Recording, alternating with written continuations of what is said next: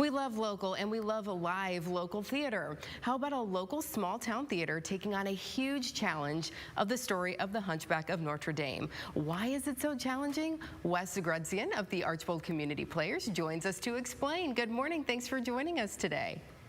Good morning, Amanda. Appreciate it. My pleasure. So this is a really big cast, first of all. You're getting a lot of people to come together to do this. Yeah, absolutely. We have over 60 people associated with the production here, and probably around 35 on stage. So it's for a relatively small town theater. It's definitely ambitious, but the director our director's been doing it for over 40 years with the company, so he's very skilled at it. So you played the lead here in the show, Quasimodo, right? I do. Yep. This is actually the first time I've been back on stage in about 10 years, so I was honored that they asked me to do it, and trying to do my best. Well, so you've taken a little bit of a break, but what's your background in theater? Sure. So I originally studied operatic performance in college for a little while, and my parents have done theater. I had my first role when I was 4 years old. So I did it all growing up, and then stopped, like I said, about 10 years ago, started a business with a partner, and it's at a point now where I have the opportunity to express my creativity again here. Yeah, and for people who haven't, they've heard of this story probably, but maybe aren't as familiar with the stage play, the musical version. Tell us a little bit about what people will experience when they come out. Yeah, absolutely. So it's a Disney production of a retelling of the Victor Hugo novel, Disneyfied to a certain extent, and it tells the story of Quasimodo and Archbishop Frollo, and basically just sort of his journey into experiencing the world, and to everyone within the show. Kind of the overarching theme is sort of what makes a monster and what makes a man. That's part of the show there. And so great cast. Chris Kretzer has done work with Toledo Opera. He's our Frollo. Caitlin Tippin and Ryan Volkman are other two sort of primary leads. They're community theater veterans. Very, very talented ensemble and supporting cast. And what's interesting too about it is it sort of employs a Greek chorus style, where there's not one narrator for the show.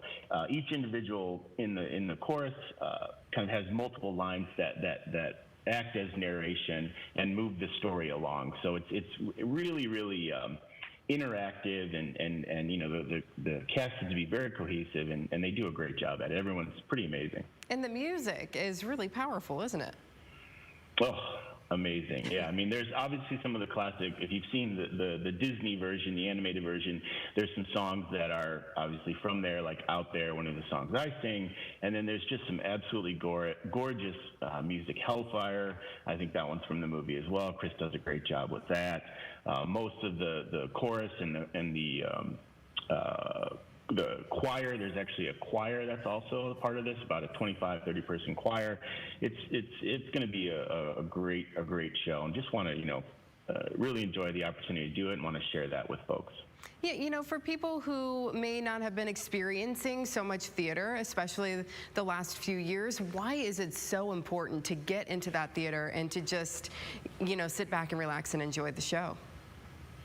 So yeah, that's a great question. I think community theater and the folks that are involved with it, it's one of those, it's funny, you don't hear it about it, but it's kind of foundational to each of these communities. You get a lot of core folks, and you get a lot of, folks like myself who haven't done it, who get back into it. It's just a great way for expression and building community and fellowship. And people get the opportunity to sort of be on stage and have their family come, and I really believe they're sort of key to the area for a group of individuals. It's really magical there when you can experience that as well. So the show opens on Thursday at Archbold High School. How can people go about getting tickets?